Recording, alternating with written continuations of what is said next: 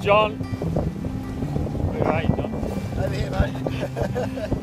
And we're setting off past the Opera House, as you can see. Lord Howe Island, 4 days, hopefully beautiful downwind sailing all the way. No seasickness, gorgeous meals, and dolphins galore. Probably not, probably be vomiting and horrible, but anyway.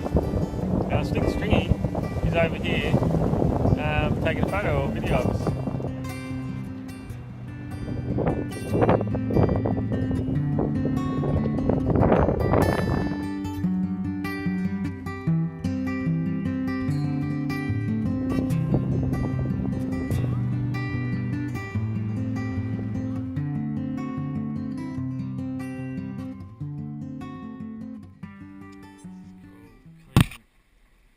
Keeping your bilge dry.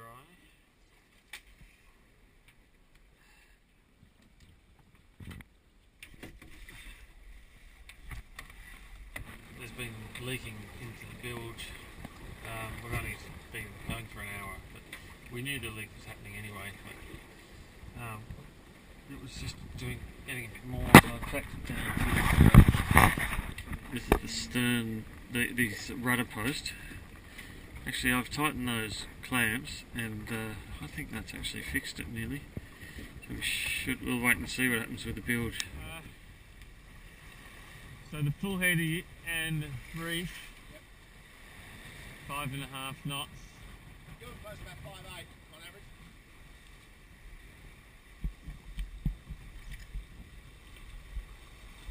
The absolute worst point of sail, one of those, water and sea.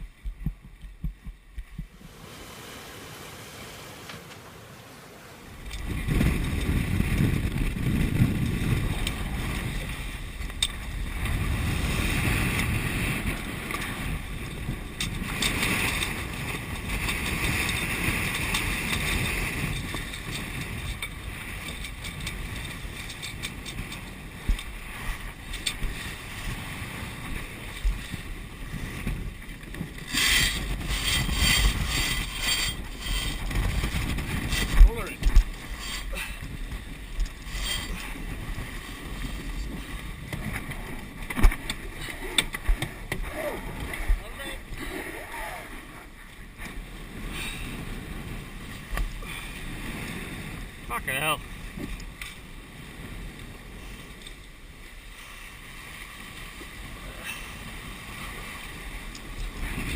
Yeah. And where do you want it? Behind that slug. Behind it? Yes.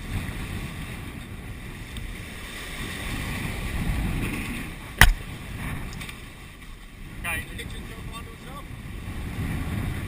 And again.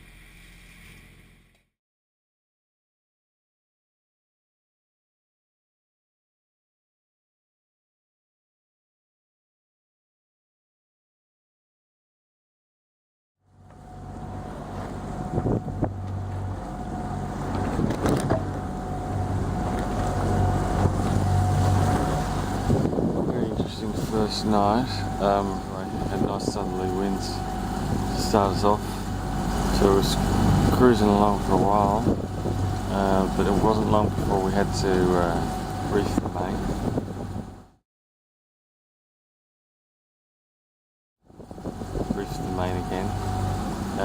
second deep reef, which is the last reef. Reefed the head sail again. Still too much sail. We're consistently getting 35 to 45 knots apparent, so 50 knots, about 2 metre seas. Between all that, me going up to the mast and all that, I'm cooking dinner as well. Just got dinner ready and I had to pull the main down from the second reef to the lash it down to the boom. So anyway, oh, we also had boats, cruise liner and a fishing boat and a freighter. So it was pretty eventful. Now this morning, I just got up at 5:30 to relieve John, and after he came on at 3, had a bit of breakfast, and yeah, the sun's come up.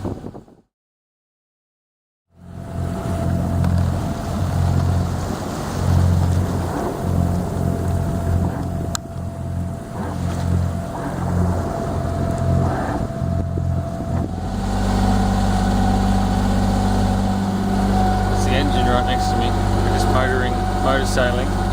Day 2. It's about 5:30 or something. Just having a rest before I make dinner. John just called Sue to check in and report that what we're up to. Last night was full on, but good. Never really worried. I was a bit nervous that the waves were going to get too high.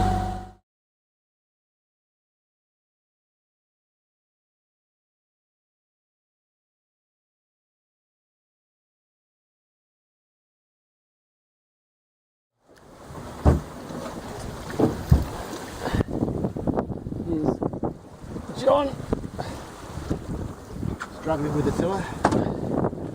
helming by hand, and we're wing on wing. What's our heading? 060, 050. 060, 050, heading to directly to Lord Howe. 6 knots plus. We just put a preventer in for the boom and a spinnaker pole out on the jib. Because the winds were, sort of roughly going the right direction, but we couldn't really utilise them as efficiently as we wanted to. Anyway, so now we're on a run. It's working okay. Anyway, it's a beautiful day. The colour of water. Absolutely beautiful. No seasickness. All's well.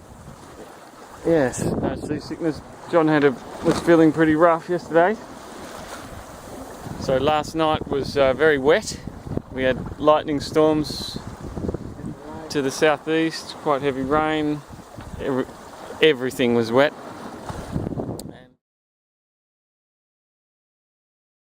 We didn't spend much time in the cockpit. I came out to have a look at a couple of things and adjust the course, and that was about it.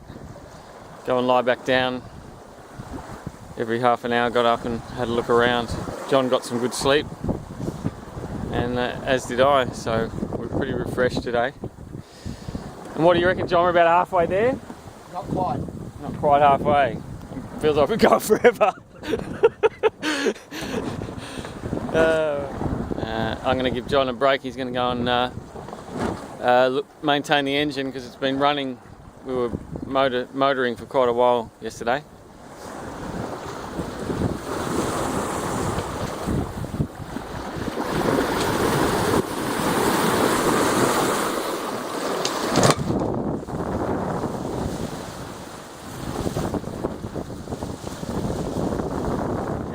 We're doing about 7 knots, which is really, really good. This is the first time we've been able to sit back and enjoy the sailing. Running downwind like this, it's rocking around and like, fucking hell.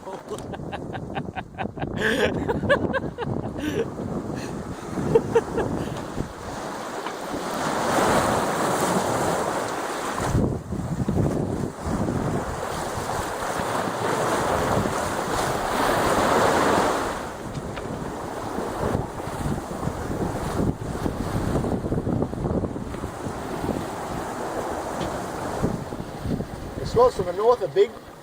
Yeah, I know. So the wind built up and we couldn't run wing and wing.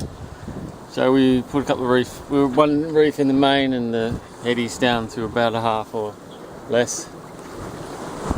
And the wind remains on, steering us.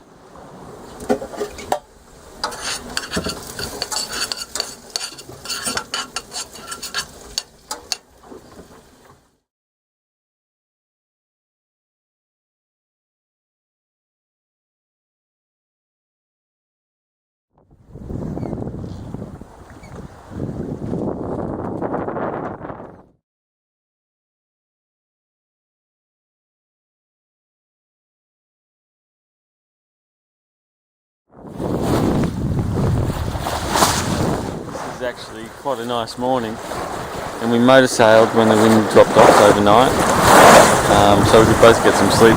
And now we're just enjoying a lovely breeze. We'll sail up and we're just cruising through the island.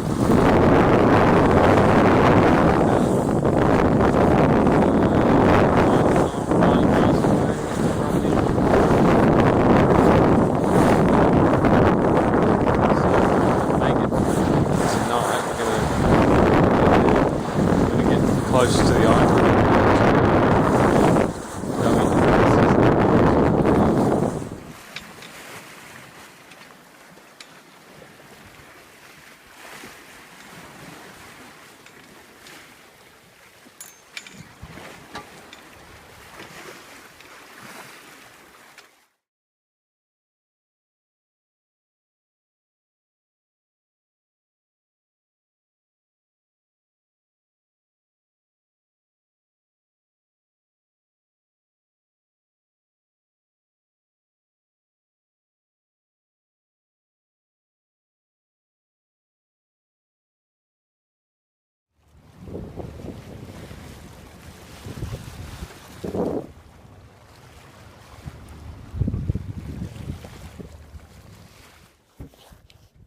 We bloody made it. I won't show you John because he's getting changed to have a swim in this glorious water. You can see the clear as, you don't even need to go snorkeling. When we just pulled up on the mooring buoy, a little baby reef shark came up and said hello, see what was going on. Magnificent place, wow. Can't wait to get in the water. It's not yet worth the hassle of the sail over, but I'm pretty sure it will be.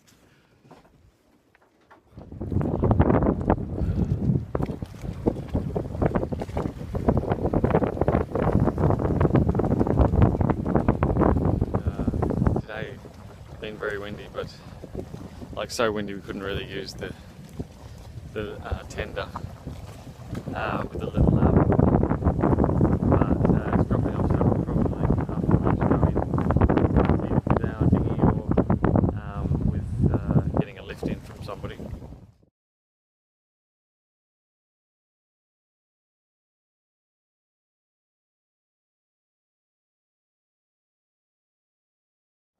So because of this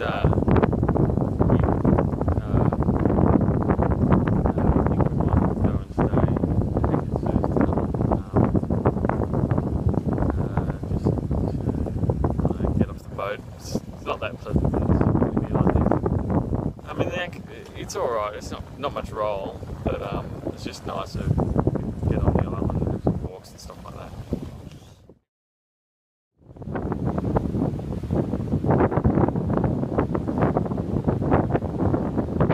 More wind, big wind, southwest. Bad.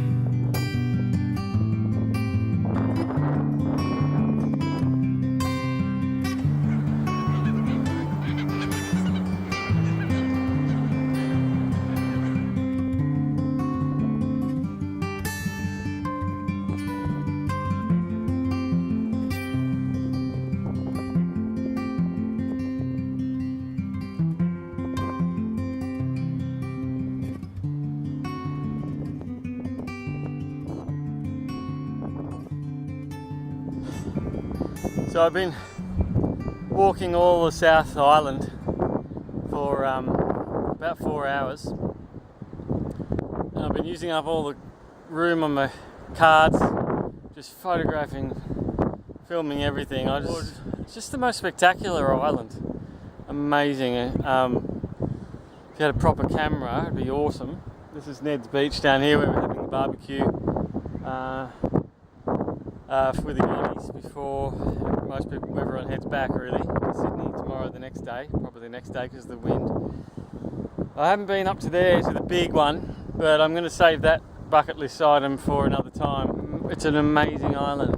It's very, very windy, but the bird life and the sea life, I mean, Ball's Pyramid's that way, and I've decided that's it. I've got to probably more than climb the mountain. I've got to come and dive Ball's Pyramid from what I've read, the little I read about it.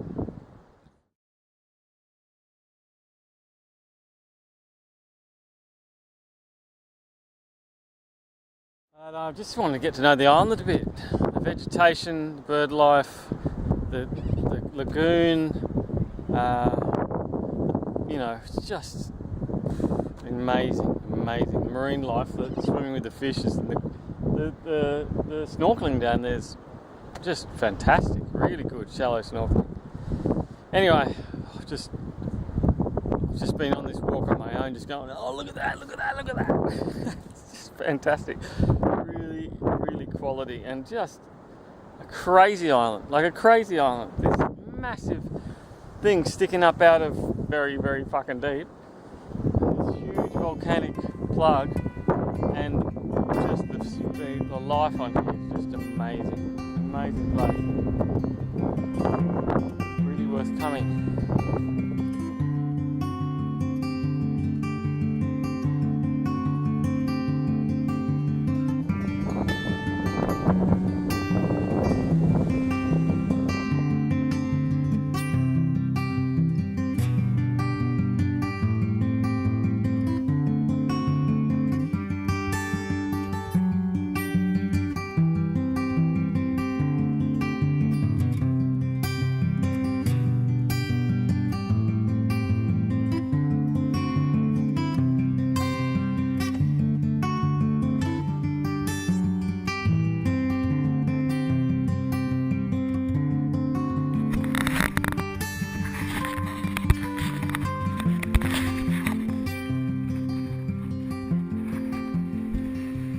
Glad I wore this outfit.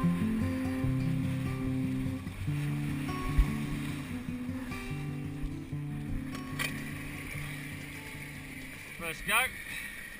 Yep.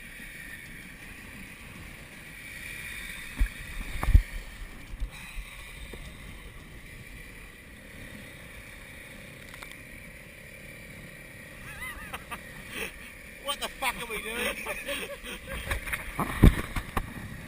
Goodbye, John. Bye!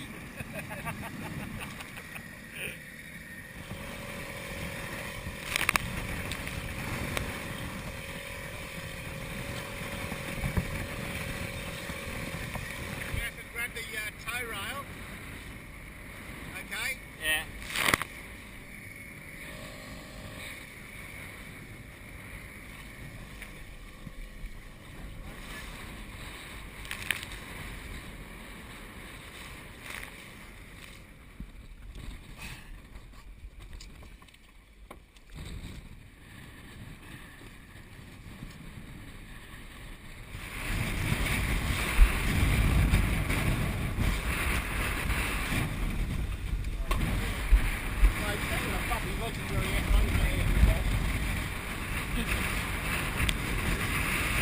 The fucking knots that got me really in trouble in the end.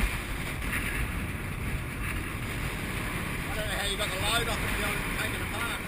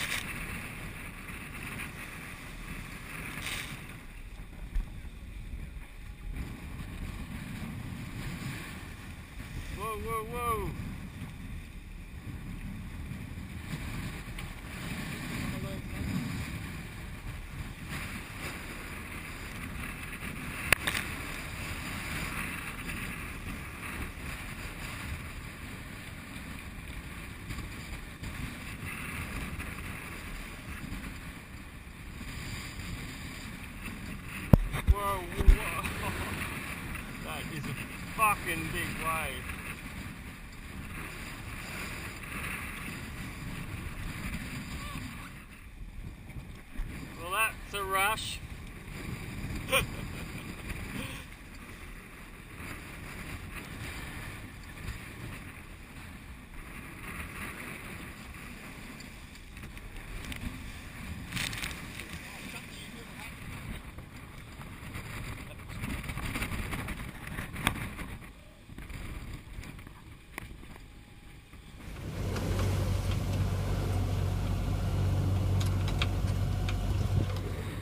I'll pull up for the first sail tide Oh, and keep going back. okay.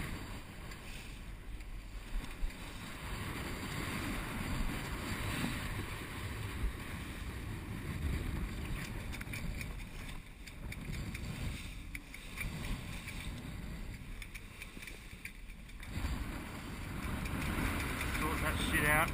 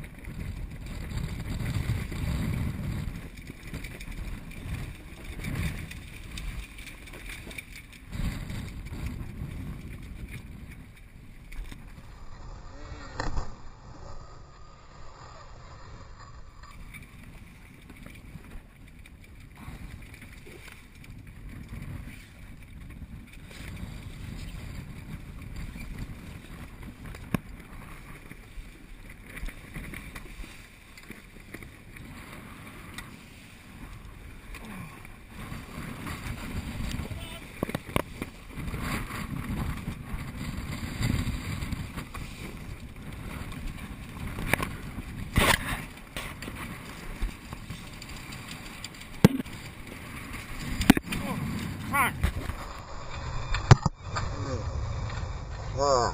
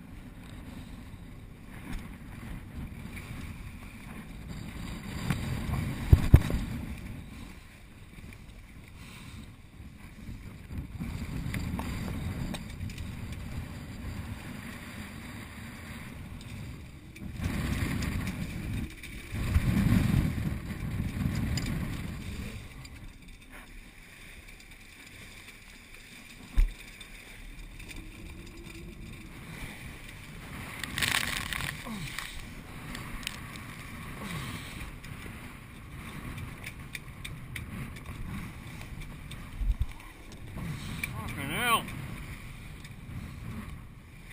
Fucking bitch.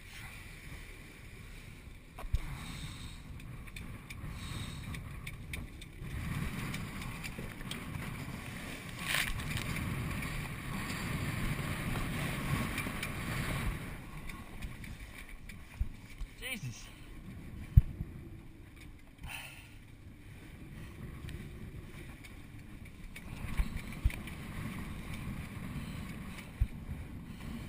Fuck.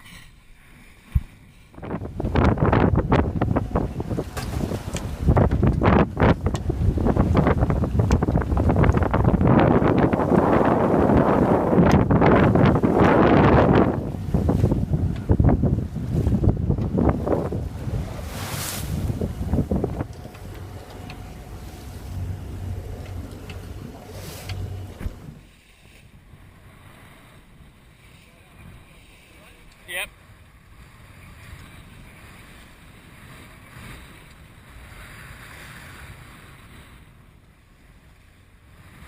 Got that?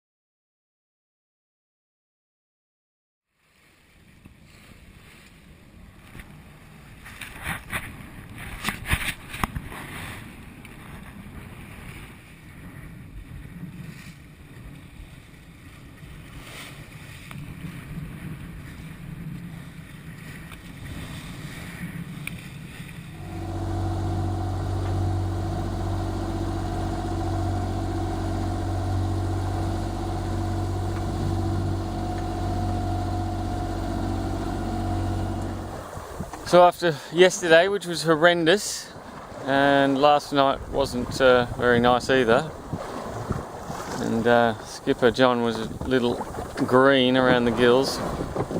That's an understatement. Bloody howling winds that we had yesterday dropped off overnight.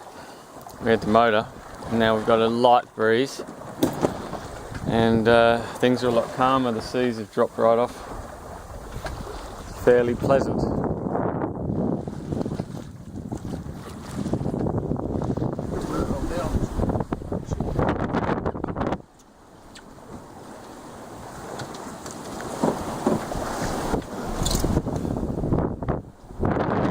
Just had dinner.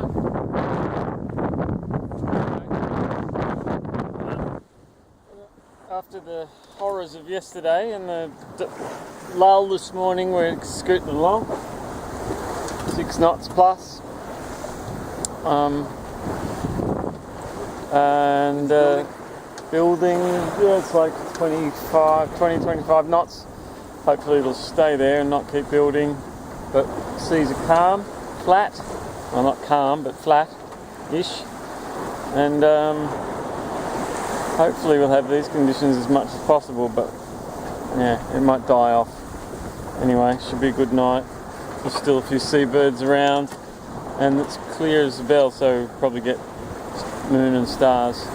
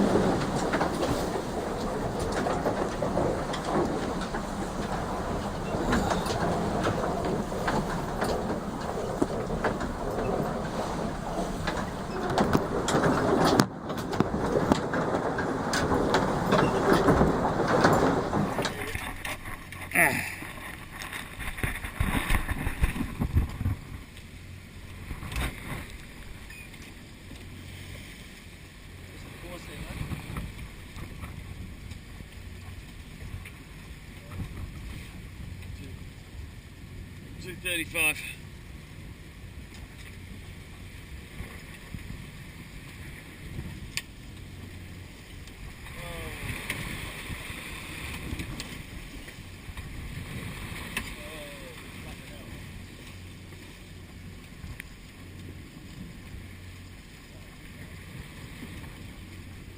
It's 9 AM Saturday,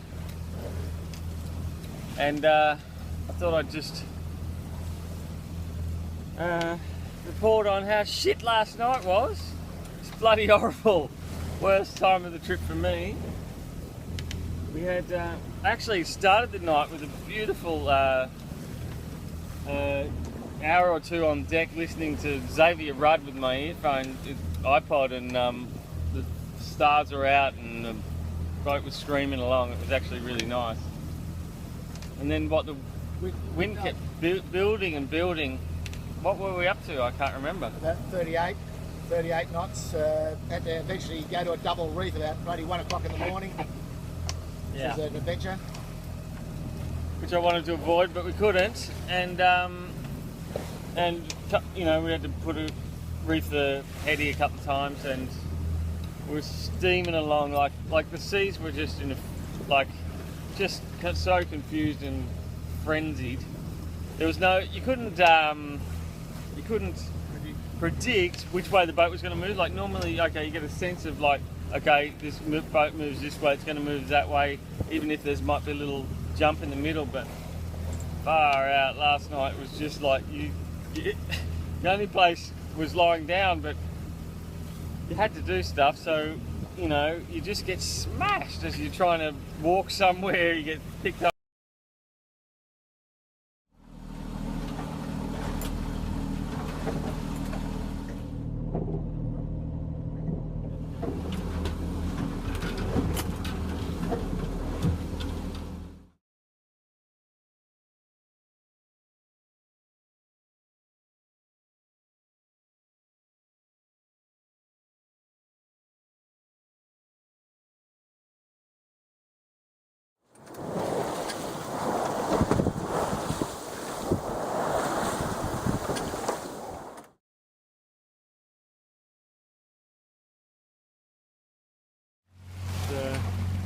Dead calm. We've been motoring for hours, trying to get to Sydney, finish it up. The winds won't agree with us.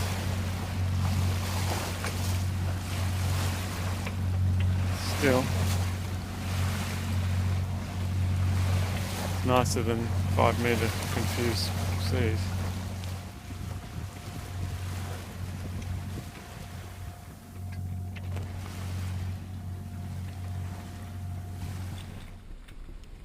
Right, ready?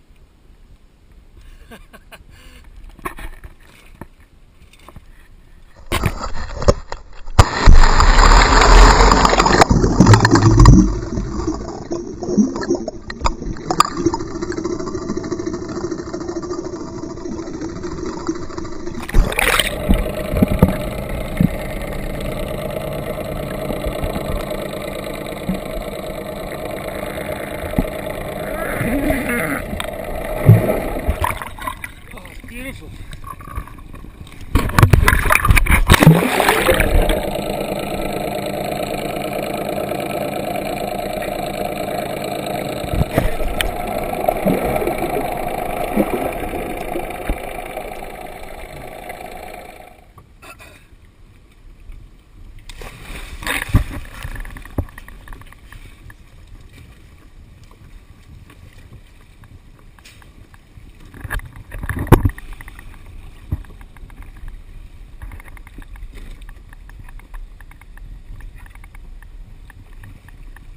Colours are just amazing! That blue is just... that's just amazing!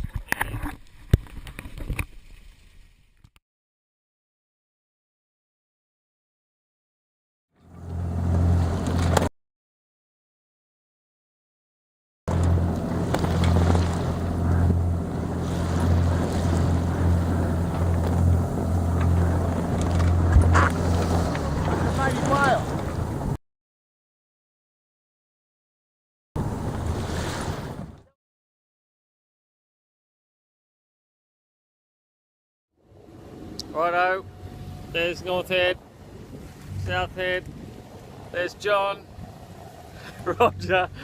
We made it back. Thanks, Skipper John. Thanks for the crew and chef extraordinaire. So what do you think about the trip actually? Like the whole thing compared to other years you've made it and not made it? It was in some respects easier, but there's always a challenge in these things.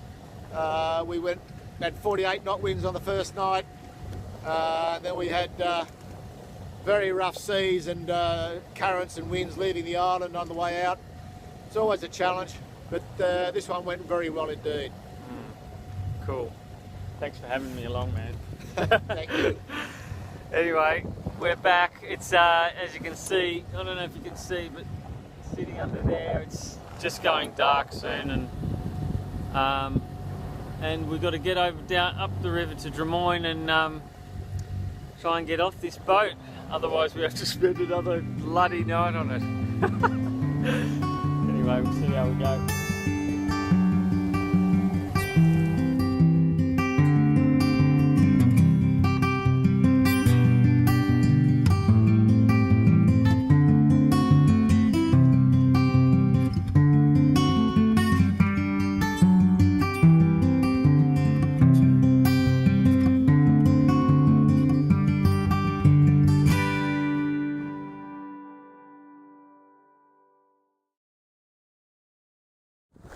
Righto, so wind vane.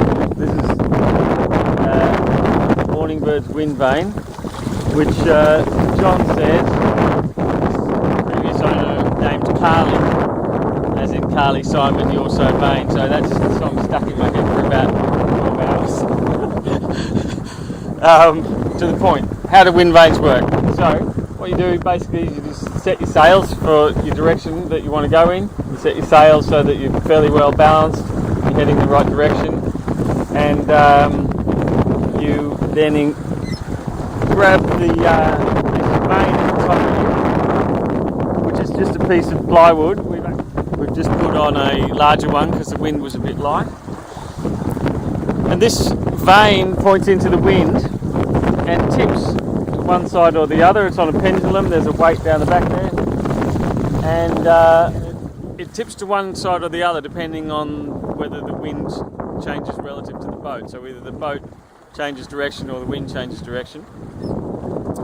And when it happens, that drives this little push rod down here, down this tube.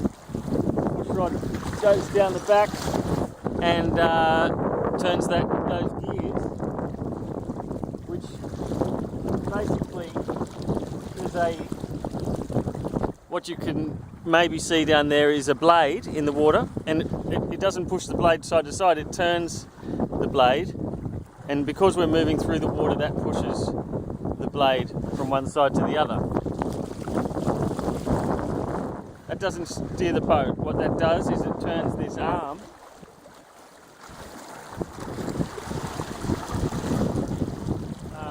lengthens and shortens the lines that lead forward through these blocks to the tiller, and it's attached to a chain onto a little thing in front of underneath the tiller, which compensates for the wind moving one side or the other. But you know, this is how people sail around the world, right? You just set it up, and it's been sailing for us for hours. Otherwise, we use the electric tiller pilot. But this requires no electronics at all, nothing. It's stainless steel, so it'll last forever.